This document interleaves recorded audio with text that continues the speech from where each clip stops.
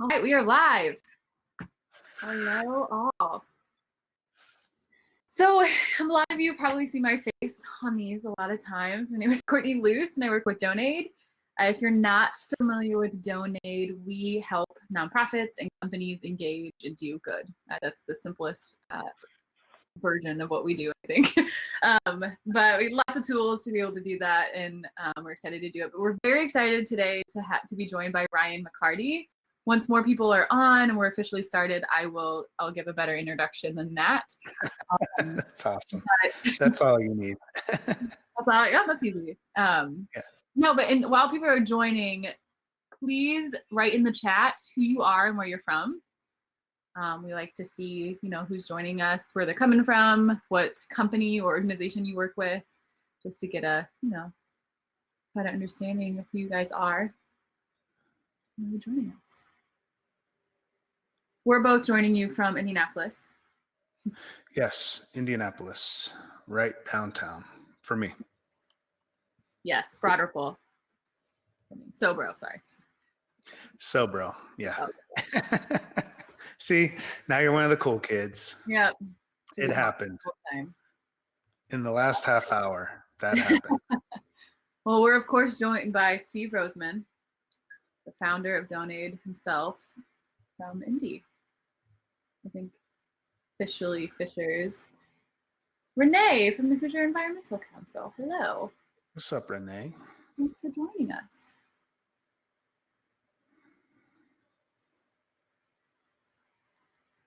Anybody else? We're asking who you are, where you're from. Chris Sherwood, also from Indianapolis, Old North Side. That is my favorite part of town, is Old North Side.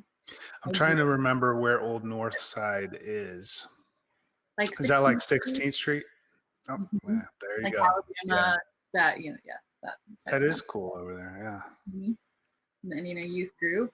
Angie from Prentice University, Brownsburg. That's where my family is from. And, Cincinnati. Somebody outside of Indianapolis. Welcome. Engage. Well, check that out, Elena. Marshall, Texas. The last 4 or 5 of these webinars, I was in Texas myself visiting in-laws. We were quarantined there for 6 weeks. Oh, were you? Yeah.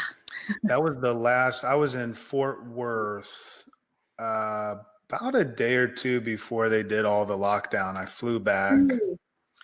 Maybe back some time. Yeah. So. Yeah, it's great down there. It's warm. Came back to this nice weather. Guys, ex-TCC employee, what's up? George, I hear you. I see you over there, Atlanta, Georgia. Love it. George is a good friend of mine. Oh.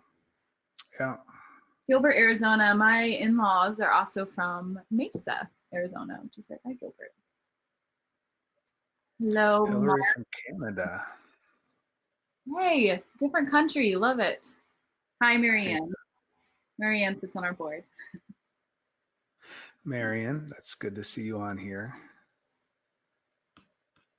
All right, we'll give it about 4 more minutes before we start. Maybe a little less if we're not getting a ton of more people in. But again, if you're just joining us, tell us who you are, where you're from. Lori from Princeton. Awesome. Perlator, Hillary. Okay, yeah. Yeah, thanks for jumping on this. I appreciate it. Love it. Megan from Fairmount, Indiana. Where is Fairmount? Fairmount's close to Marion. Marion's my hometown. Awesome. Marion is where I was born and raised. On the playground is where I spent most of my days. Sorry. Just had to add that in there. It felt like the right thing to do. Yeah, for sure. I enjoy it.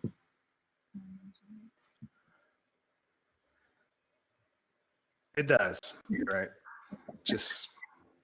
I'm surprised you were able to stop. I know. I've learned self-control over the years. I could have kept going, but eventually you start losing some of the lyrics, and so you just got to stop it when you know it's good. Don't embarrass yourself. Exactly. Keep the coolness. It's a nice size coffee cup. Yeah, it's huge. Wait, let's see that. This is morning beautiful. Goodness gracious. Yeah. I know. Anybody else drinking coffee at 2 p.m.? Have you seen the video where you take a tea bag and you clip off the little tea tag, and then you tape it onto the inside of your mug, and then fill the mug with wine, so that while you're on your like work calls, you could be drinking wine and everybody thinks you're drinking tea? That is genius. Don't tell Steve who's on here, but I'm gonna try that. This is coffee. Yeah, as long as they think it's a tea bag hanging out the side, it's like, yeah. That's hilarious. Is that what George was talking about, the Ryan trick? Yeah, I showed that trick on a previous webinar. It's not original to me. I saw someone do it. I thought it was brilliant. That is good. So I hope you guys are, for all these Zoom meetings you are still having, thanks to quarantine. It's a nice little trick.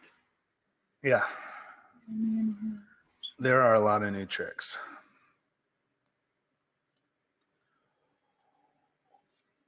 So, all right. Well, we can go ahead. It doesn't seem like a ton of people are still joining us. We can go ahead and get started. So what's in your cup from Steve? It's coffee. So what's in my cup? Oh yeah, what is in your cup? It's coffee. If I could Is it? tell you without dumping it on my computer. We'll just have to believe you. I just have water. So, and hopefully in the next hour, I won't have to run to use a bathroom because everybody's on here to listen to me. That is always my, like, the night before these, I'm like, oh God, I hope I remember to use a restroom beforehand. Yep. And then you think about it and you get nervous and of course have to go because you're thinking. Oh yeah. Yeah. And because you're thinking about it. Yeah. Yep. I've literally used the restroom 6 times in the last hour. So I think I'm dehydrated by now. Yeah, I think you're good. I think you could drink that whole cup and it's really good. Yeah. I think I'll be all right. All right. Well, guys, if you weren't with us in the very, very beginning, my name is Courtney Luce and I work with Donate. You guys have probably seen my face on emails or in these before.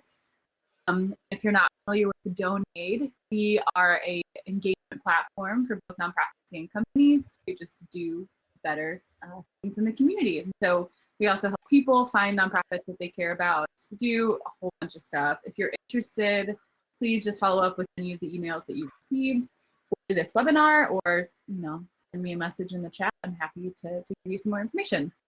But we do these webinars weekly, kind of. Very occasionally, we started more ramping them up during this time, just so that we can be in front of you guys and give you as much education and support and advice, anything that you need to keep your wheels moving while we're all stuck at home still. So very excited about this guest, Ryan McCarty. He is an internationally known speaker and author of Build a Culture of Good.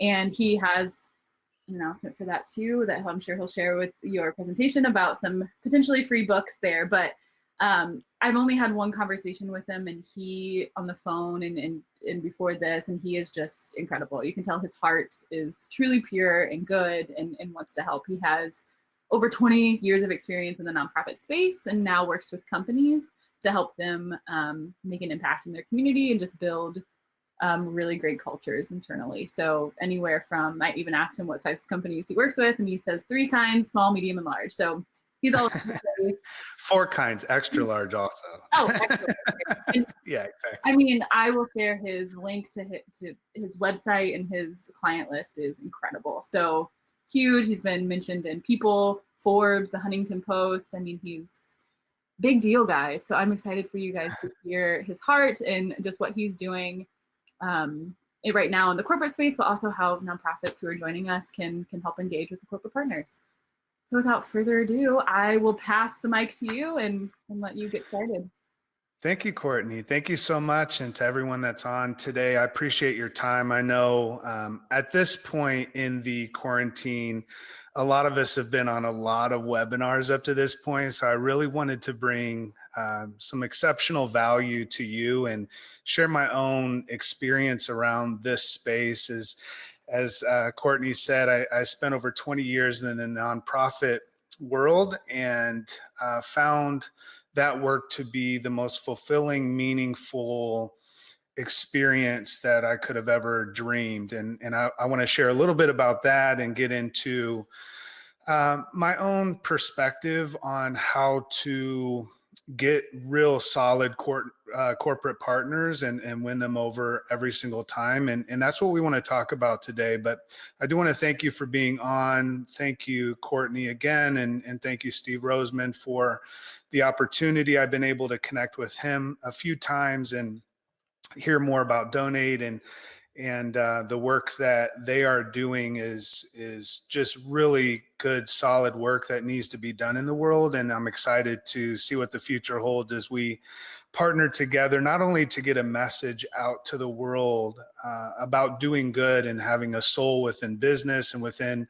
our organizations, but also to find ways that we can continue to grow a movement, more than just a message, but to grow a movement of like-minded and like-hearted kind of people and human beings that really want to see the world change for good. And so it's exciting to partner with Donate around that space. So if you're on today and you're a leader or you're in fundraising, usually leader fundraiser is synonymous in the nonprofit space, which I'm very familiar with, as I stated.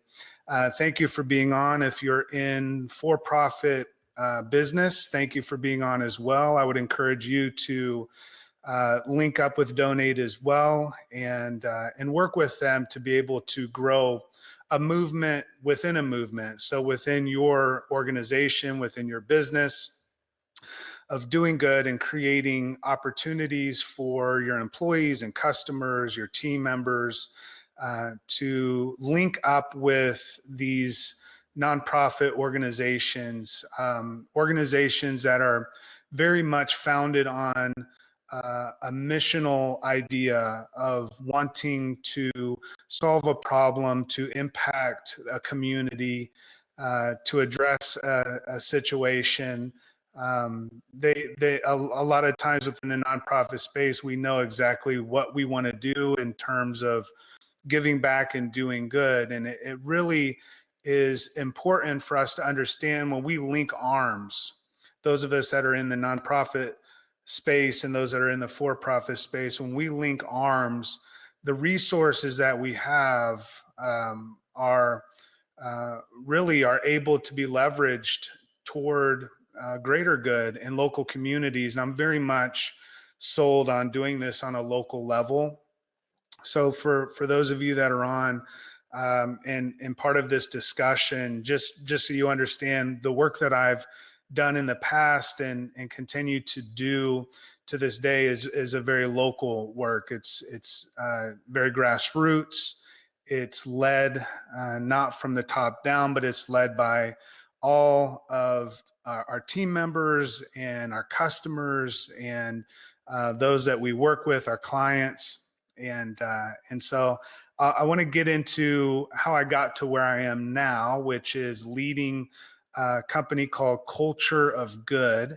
And what we do at the Culture of Good is we teach for-profit companies how to operate with the soul of a nonprofit. And so that's primarily what we do. We offer a solution that enables and empowers leaders to build a culture of good within their business. And the linking of arms, the linking of mission and purpose between nonprofit and for-profit is where I am now. But I wanted to talk a little bit about 6 things today. One is the origin story of how I got to where I'm at. And I'll talk a little bit about myself because it provides, I think, a really interesting context to our conversation today. The evolution is what I call beyond the origin story, the work that I'm doing collectively with organizations such as those that are present here today and leaders really not only across this country, but across the world. And then I want to also hit on a few things that I think from my personal experience are very vital when it comes to what our discussion is today. As nonprofit leaders, as those within a space that is very missional, but is always looking forward toward greater impact and a more profound influence in the world. So we'll talk about a personal connection, how vital that is between you and your corporate partners or potential partners that you're looking to link arms with. We'll talk about missional alignment and how crucial it is to have that alignment between your mission and the mission of the corporate partner that you're wanting to link arms with. And then we'll talk about a workable strategy. Now, again, this is a two-part event. So this week we're getting into these 6, and then I'll go over a little further of the workable strategy next week. I don't want you to miss next week, because next week we're going to get into the weeds a little bit and talk about really furthering these ideas we'll talk about today in terms of execution, methodology, a real systematic approach to what we're going to talk about today. What Courtney was talking about with my book, I actually have 5 books to give away. I'm going to sign these copies and send them out to 5 of you. We're just going to do a random drawing, and we'll make some announcements in the next couple of days of who was able to receive one of these signed copies. If you go on the website cultureofgood.com, you can have a copy sent to you unsigned. Now, I'm not guaranteeing that my signed copy will be worth any more on eBay. It won't at all. But if you want a signed copy to you, we're going to be giving away 5 of these in a random drawing for those of you that are here today with us. So thank you for being with us today.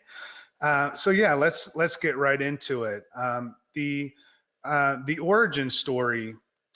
When I was 6 years old, my life and what I knew about the world and all of that, obviously, as any 6-year-old, was just very limited and very small in terms of my scope. But at 6 years old, I experienced a tragedy that really set the trajectory of my life in a way that was unexpected for all of my family members. My father at the time was addicted to heroin. He was, after coming back from Vietnam, really in a state of difficulty mentally and with PTSD, and drugs became the numbing and the ability to deal with what he had been going through in Vietnam and then having come back. He met my mom at a VA hospital in Marion, Indiana. My mother at the time was a nurse, and he was at the VA because of his drug addiction. And so apparently when you mix a nurse with a drug addict, you get me. So here I am.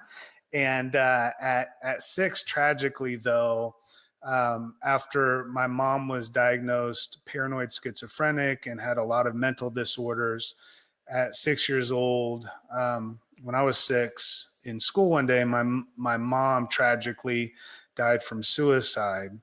Now, I want you to get a picture, because during this time, still after even losing my mom, my father was addicted to drugs.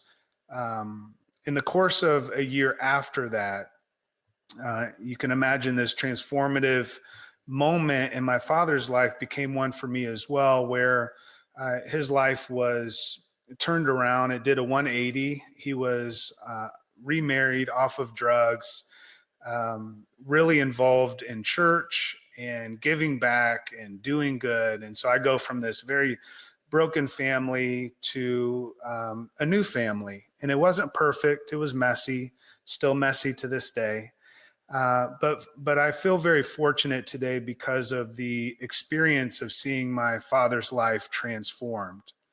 And that's really the work that I started moving into as a young person, is this desire from the age of 7, 8, 9, 10, beginning to ask some really adult questions. What is my life purpose? How do I want to impact the world in a positive way? How do I give back to those that that were present in my life during that time? I had a teacher who was there for me 30 years later, reintroduced to her just about 7 years ago, met her again after 30 years and found this very beautiful soul of a person who over and over just communicated to me in that moment 7 years ago that during that time of losing my mom and my father being on drugs, that she was there for me. I had no idea that she was even a part of my life up to 7 years ago. And so I feel very fortunate today to be able to do the work that I've done. In the course of, 20 years after that, I was married, 2 girls. We have 2 daughters. Again, my wife Qatar and I started a church and was in full-time ministry for much of those 20 years, and was able to really see how important it was to have a collective group of people that had the same mind and heart in terms of wanting to do good in the local community, but also the global community. So we were real fortunate to be able to do work in Zambia, Africa, not just the typical mission stuff, but to really create sustained change for an entire village there in terms of education and schooling. And I just feel blessed to have been a part of that. And then my wife and I, with our congregation, started after school work in our local community back in Marion, Indiana, where I originally experienced all of this tragedy. For kids in our neighborhood, we saw neighborhood kids that were running around after school with nowhere to go, and realized there needed to be a place close to downtown that was accessible in their neighborhood. And so we were able to acquire a building from the city and start after school programs we called the Center for Success. It's going on still to this day. About 8 years ago, I was introduced to a gentleman named Scott Moorhead, and this is where we get into the evolution of how I got to where I am today. Scott was in his 30s, third generation business owner. His grandfather and grandmother had started an electrical company. His parents had taken that over, and that eventually became a wireless company, selling the first bag phones. And I don't know how old everyone is on this call, but back when phones weren't smart, and they started that company. Eventually, that continued to grow, and then Scott, who I met about 8 years ago, took that business over. And what he recognized was something that I think is really important to our conversation today. His parents had, up to that point, had been giving a lot of financial resource to local charities and nonprofits, organizations around the community and outside of the community. And Scott recognized that although that was good and it really spoke to the very heart of the organization, what was missing, what was lacking, is the engagement with his employees. And so he, over lunch one day, before I even knew what he led and what size of a company it was, introduced himself to me, and we had lunch and just had a discussion around what would it look like if we took this message that I had been speaking on in church and in nonprofits and all of that, about your why, about knowing that you have a what, which is a list of tasks that you have to get done every day. But when you have a why, when you know why you do what you do, that really speaks to that higher purpose, that sense of calling, that knowing that what you do every single day has meaning and it's fulfilling. It's what we experience in the nonprofit space. Sure, the what gets difficult. There's times where we feel like throwing in the towel. All of us, if we were honest, from time to time have asked ourselves, is this really worth it? I've had so many of those moments where I felt like giving up on doing the good, because I didn't see the outcomes that I was hoping for. I didn't feel the support that I was looking for. I didn't have the volunteers or the money to be able to really back up my vision. And quite frankly, I went from being a broken kid at 6 years old, going into ministry throughout my teen years, and never looked back. So I'm speaking today not as an academic. I didn't Google any of this stuff. This is just from personal experience. I'm a practitioner. The work that I've done started, as I said, in just giving back and making an impact in local communities. And in that moment when I met Scott, I realized that there's an opportunity to link arms. And when I say link arms, I'm not just talking about looking for a corporate partner to fund everything that we want to get accomplished. I'm talking about really creating a relational experience, and aligning that mission, which we'll get into here in just a moment. But eventually, Scott, over a period of several months, hired me to come into TCC, which is the company that he was the CEO. TCC at that time was the largest Verizon retailer in the country. And they've grown year over year, and have seen a tremendous impact, not only on the overall culture of their business, but also on the bottom line of their revenue, of acquiring new customers. When we think about linking with and tying ourselves in relationship with corporate partners, what we have to understand more than anything is how corporate partners think. And there's been a shift, and I know many of you know a lot of this. I just want to kind of lay a foundation, because the work, if we get past the origin story, evolution, into the work that we're doing now is really what I said earlier, is bringing the soul of a nonprofit into for-profit business. So how do we operate a for-profit company with the soul of a nonprofit? I think it's a fascinating conversation, because it allows for us to, when we understand what matters to for-profit business, when we understand what it matters to for-profit leadership, stakeholders within, key stakeholders, executive teams, the buy-in that needs to happen within the leadership within a for-profit company is really crucial in order to really establish and maintain and sustain that corporate partnership and that relationship. And so I want us to look at how to do that here in just a moment. But the work that we're into now is really what I said, just teaching for-profit companies how to run their business and align their employees or their team members with the customers through a cause.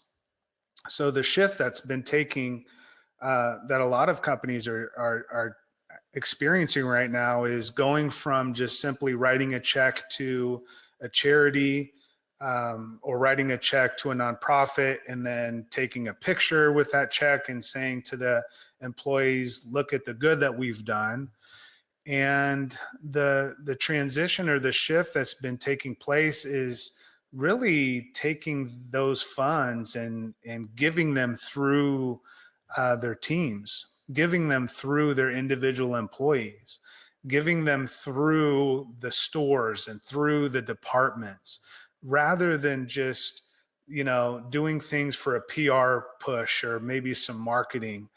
Really, what I believe and I see more and more, as Courtney said, I'm speaking all over the world on this topic, specifically to for-profit companies, because I kind of feel like someone that lived in nonprofit for most of my life, and then I'm kind of like a spy that went into the promised land, and I'm coming back and I'm speaking to my people right now. What companies are looking for is really what we've coined as the culture of good, is a movement within a business that's good for their employees in terms of engagement, in terms of giving them a sense of fulfillment.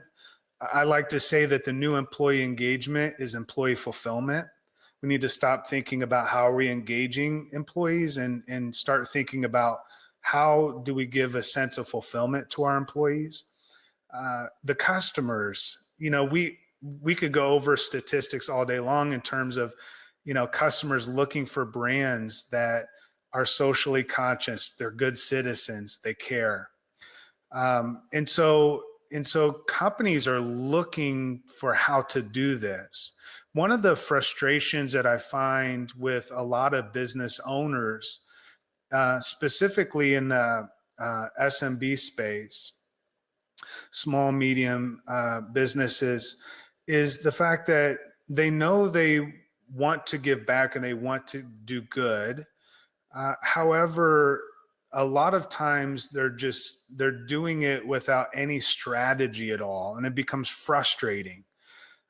There's a lot of frustration in this space of on the for-profit side in terms of how to do the work of engaging and giving fulfilling work to employees, when they also have to run a business and they have to be profitable, and they also need to have a sense of mission and purpose. And there's a lot that goes into that. And I hear from business owners all the time, I just need an executable plan because everything that we're doing now feels good, but I know it's not sustainable. And so as nonprofit leaders, as nonprofit owners, those of us that are on here and those of you that are listening, I think it's imperative that we start to recognize the climate of what's happening right now. You have several different types of for-profit companies when it comes to doing good. Some just want to write the check. They want to just tack doing good onto the side of their business and say, you know what, we check the box, we do good, we're able to put something onto our website, it says that we care, that's enough. There's other companies that are just fumbling through this space and wanting to do more and more good because they know that in order to attract the right talent, in order to keep the best talent, in order to, for their own passion and their own heart to come through the business, they want to do this kind of work. They're just asking, what is the strategy? And so if you as a nonprofit leader are able to be a part of setting up a strategy for them, what you're doing is differentiating yourself in the nonprofit space as more than just another nonprofit looking for donations, or another nonprofit putting on a golf event, or another nonprofit asking, can you come alongside us so that we can get our mission accomplished? And here's why it matters. If you provide a strategy along with the giving, that's what we're talking about in terms of linking up. And so let's look real quick at the next slide, and just want to kind of define for you here. Nonprofit. So when we talk about nonprofit, we're also talking about those that originate, and nonprofits originate with a mission or for a mission, and they work over time to be profitable or solvent, because we know that if you don't stay in business, that's the first rule of business, is to stay in business. And so they look to become profitable or to become solvent. And I did this again for 20 years, over 20 years. And So I recognize the reality of that. And we always, I know with the work that we were doing, we could have always used more money, and we could have always used more volunteers. The for-profit organizations that we want to link up with, those corporate partners, they are different. They originate for a profit, and then they eventually work to become missional. So you see the difference there. They could always use more purpose that's tied to their strategy. So where the nonprofit could always use more volunteers and more resource in terms of financial backing and partnership, the for-profit company also has a need. They need more purpose, and they need that purpose, whether they have acknowledged that or not. They need that purpose to be tied directly into their strategy.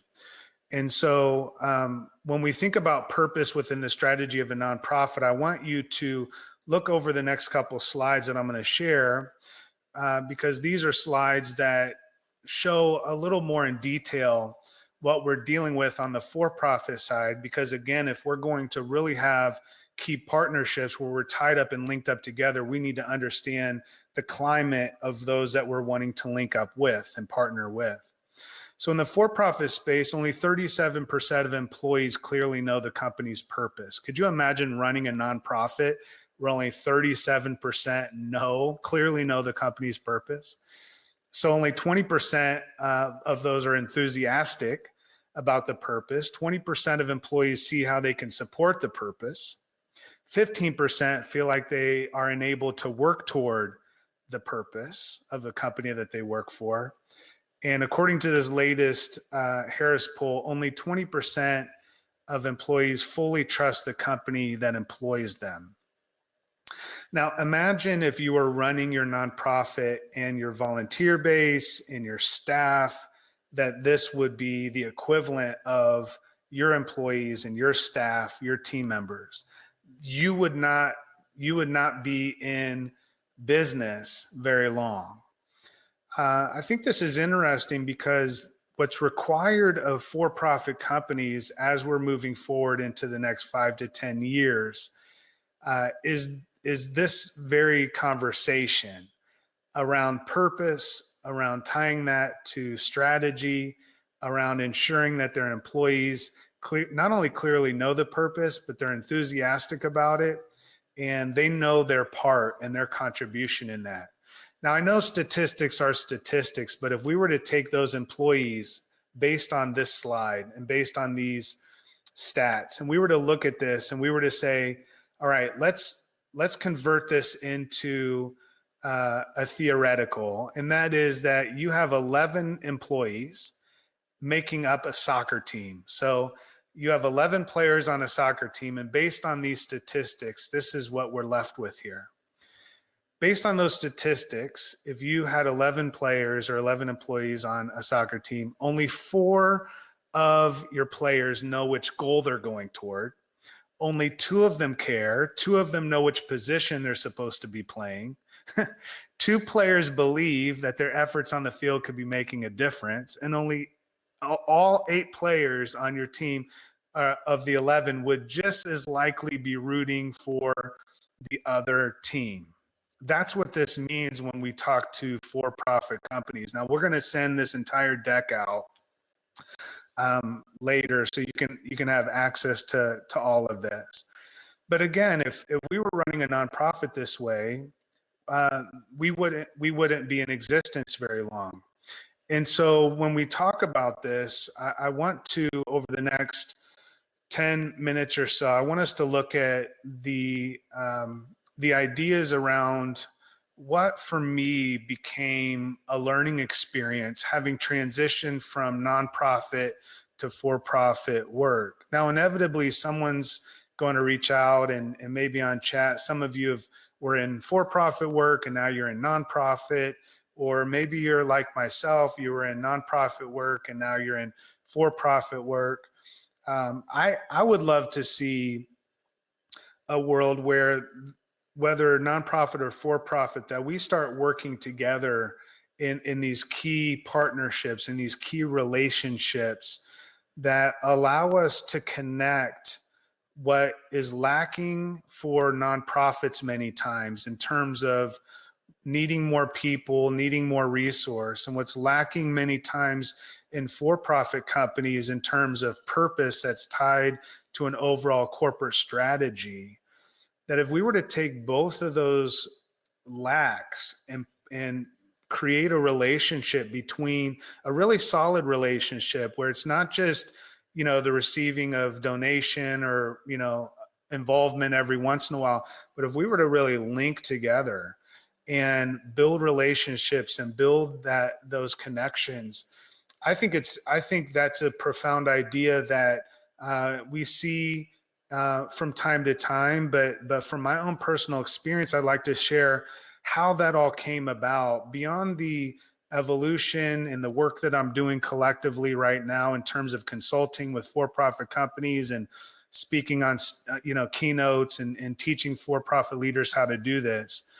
How did all this come about? Now, obviously, there was right from the beginning, there was a connection that I made with a CEO, with Scott Moorhead, and that can't be overlooked. So it wasn't necessarily me just reaching out to multiple corporate potential partners and saying, would you please partner with us?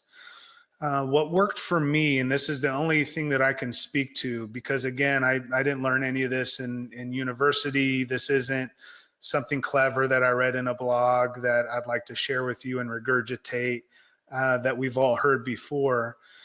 This is what happened for me. And I don't believe that my individual experience is exclusive to that moment and exclusive to my own reality. I believe this is available for all of us if we put this into practice.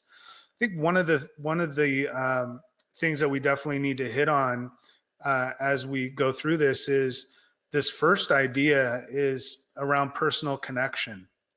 I cannot look over this personal connection that I had, this relationship that I had with a decision maker within that corporate partner. Now, before I moved into for-profit work, the partnership that I had with TCC and with Scott became one of the avenues and catalysts at which we were able, through the work that we were doing, to accomplish what we did in Zambia, Africa, to accomplish what we did with after-school programs that have now expanded into a couple different cities in Michigan. And those realities came about because of personal connection. Up to that point, I saw what I was doing as being very important and worth giving toward. And so I was constantly in a state of fundraising. And I'm not suggesting that what I'm going to share with you today is going to allow you to stop fundraising.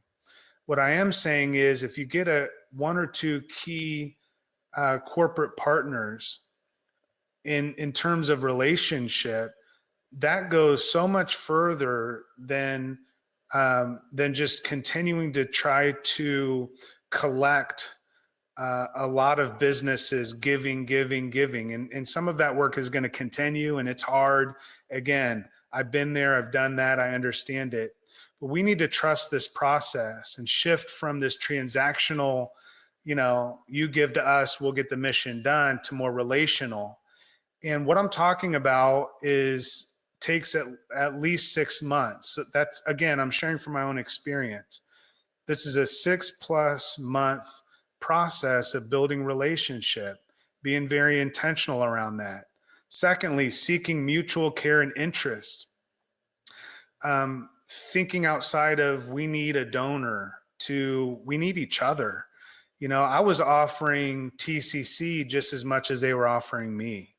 When we look back at those 2 slides around purpose, I was giving an example of purpose and an opportunity and a permission to care for the teams and the employees and the stores.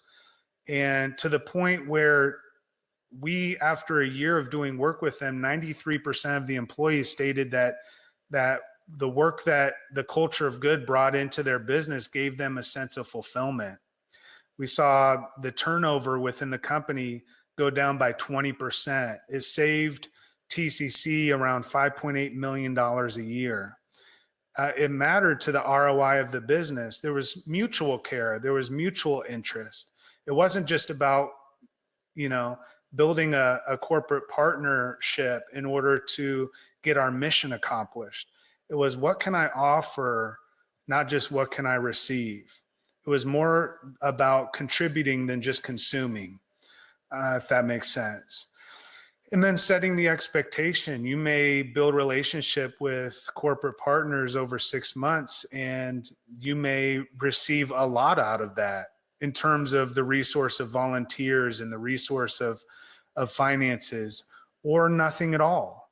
And by nothing at all, I don't mean that you don't have a really solid relationship, build great friendships, or it might spin off to other things. But I think it's important that we set expectation that this is part of the work that we're doing in the nonprofit space. Is we're building relationships, and that personal connection going past transactional to relational was really key at the very onset of what we were doing, to the point that after just a few years of doing work at TCC, that's why Scott and I, you'll notice we both authored this book. That personal connection became very valuable, not just to myself in terms of our nonprofit work that we were doing, but also for Scott in his for-profit business. Second thing is this missional alignment. This is what we were talking about earlier. And I want to encourage all of you that are on here. I put a link to it on LinkedIn. If you want to look me up on LinkedIn, it's McCarty Ryan. So my last name is first McCarty Ryan. Look me up, and I put a link to order this Harvard Business Review. If there were a way for you as a nonprofit leader to understand the climate of for-profit partners that you're going to be linking up with, this special issue of Harvard Business Review, I wish I would have wrote this. I mean, it's word for word the work that I've been doing with Culture of Good.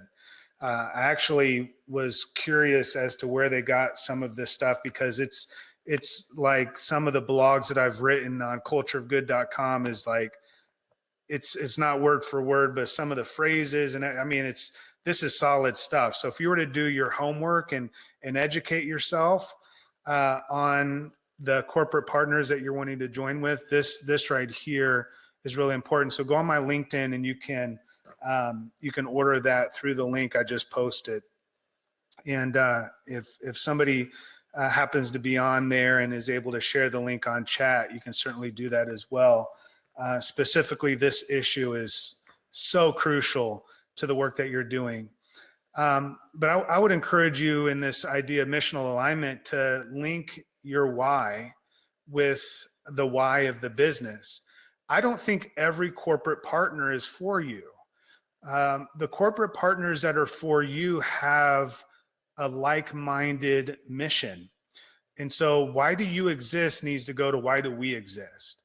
And I think it's important to link up with those that have the same mission that you have within their business. Now, we teach companies how to find that mission if they don't have it, but so many companies, corporate partners, have it directly on their website. If you go on the who we are, our cause, whatever it is, find those corporate partners in your local community that share the same vision that you have. Don't just randomly go out trying to raise funds, but find those that have that same kind of mission. Secondly, vision and values.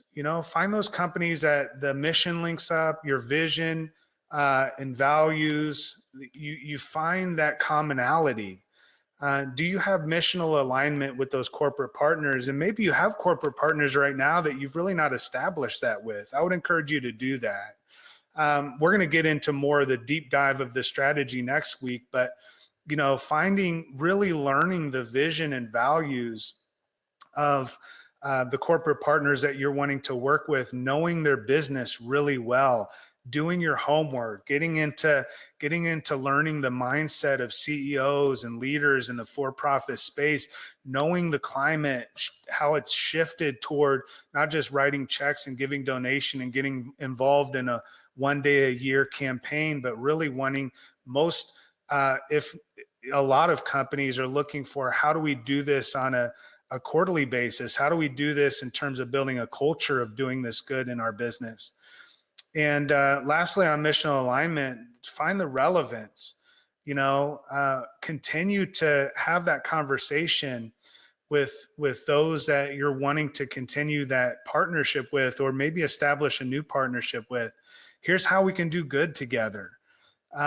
Shifts to or rather, this is how we do good, to here's how we can do good together. This was really key in the very onset of the relationship that I had with what I found to be the most vital corporate partner that we could have ever imagined. Was we started talking about we rather than me, rather than us. Like, here's our mission. It matters in the world. Here's the impact we're having. This is why you should give. That has got to shift to, here's the good that we can do together. And this is why this matters. This is what we can do, and this is why this matters. And then when we get into this, and we're going to get into a little bit of the strategy here in just a moment, and again, speak deeper to it next week, but we only have about 10 minutes. If you have questions or want to talk about something specifically, I'd love for you to throw that into chat.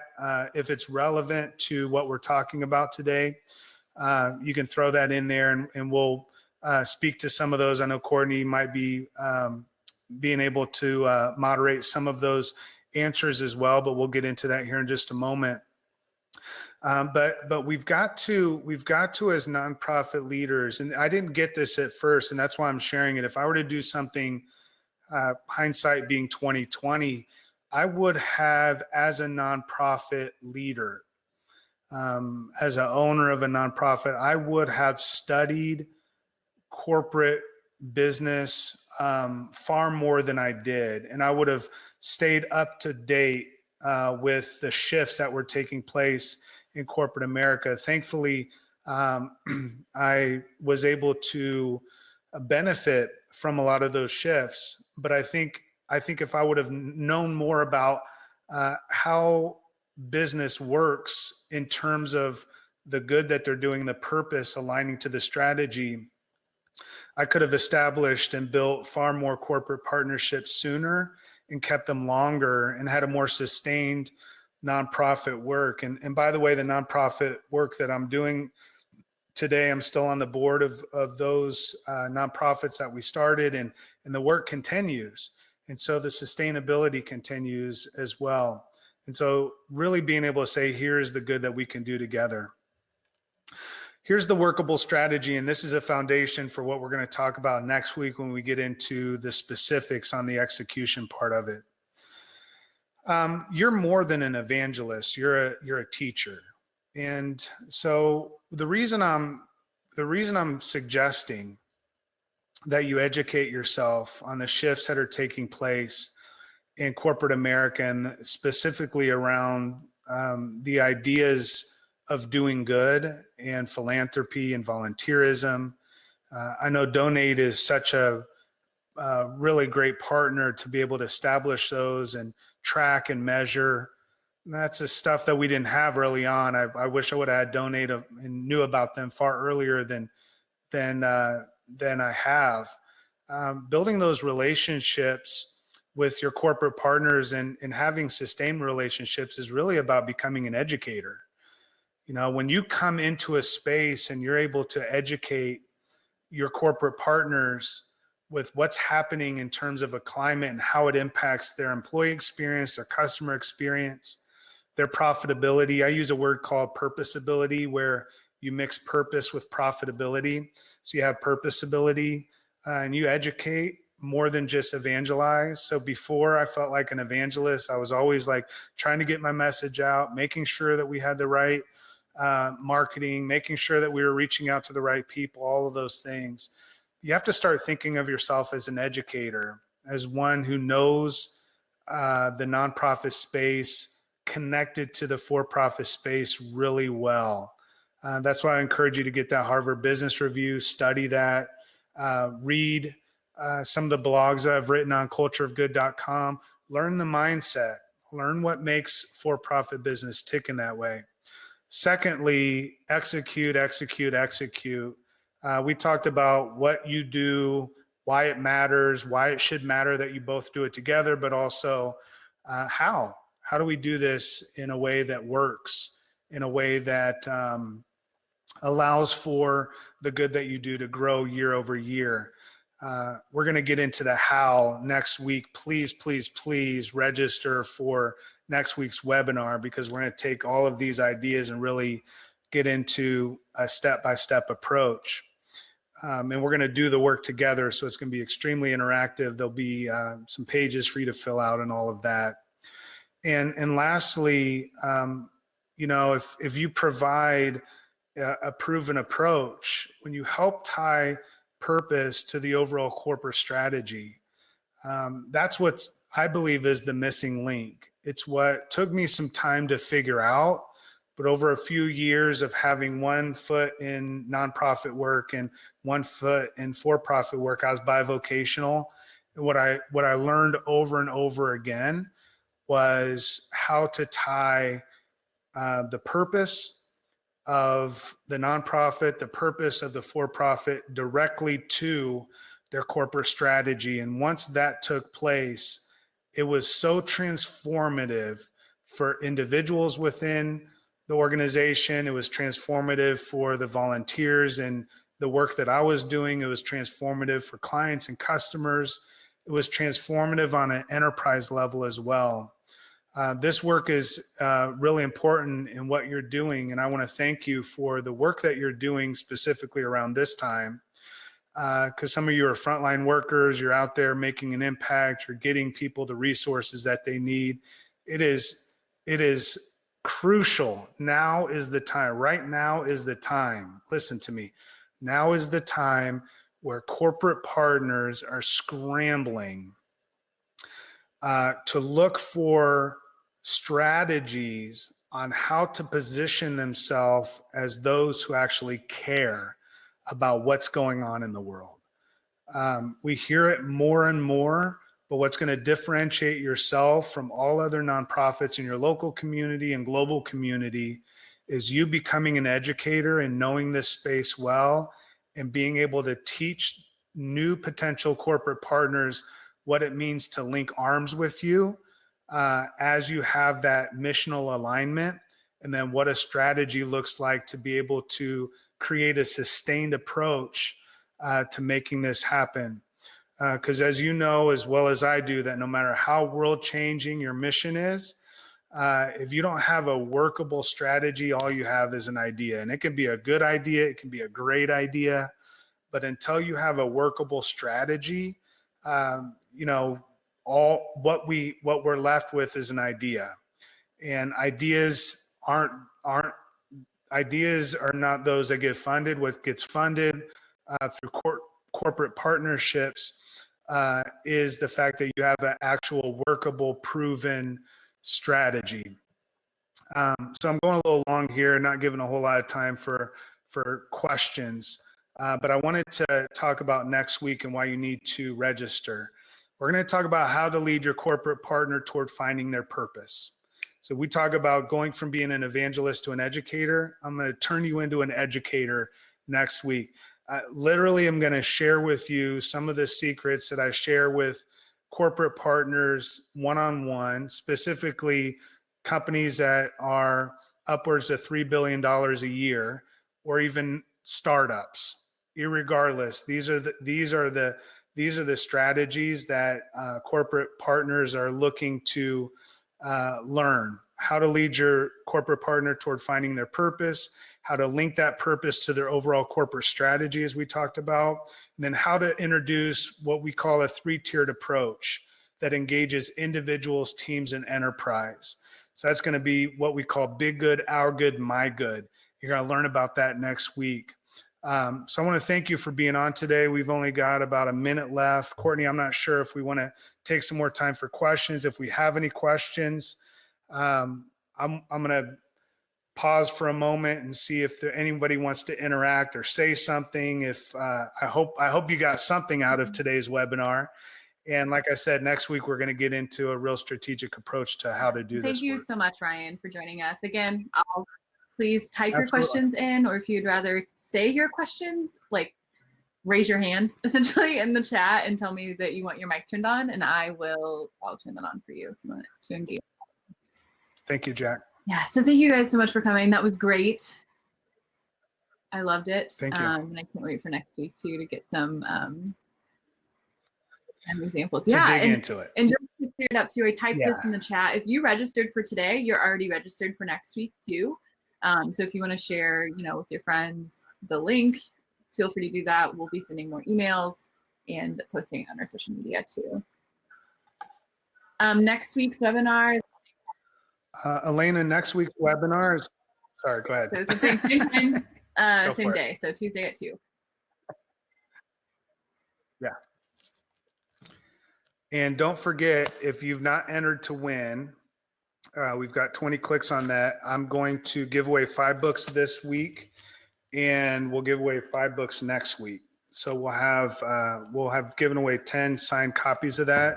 On the slide, you'll see it's got a couple links there that you can check out some more information around Culture of Good and what I'm up to. And I'll be sending those links in an email too. If you are interested about hearing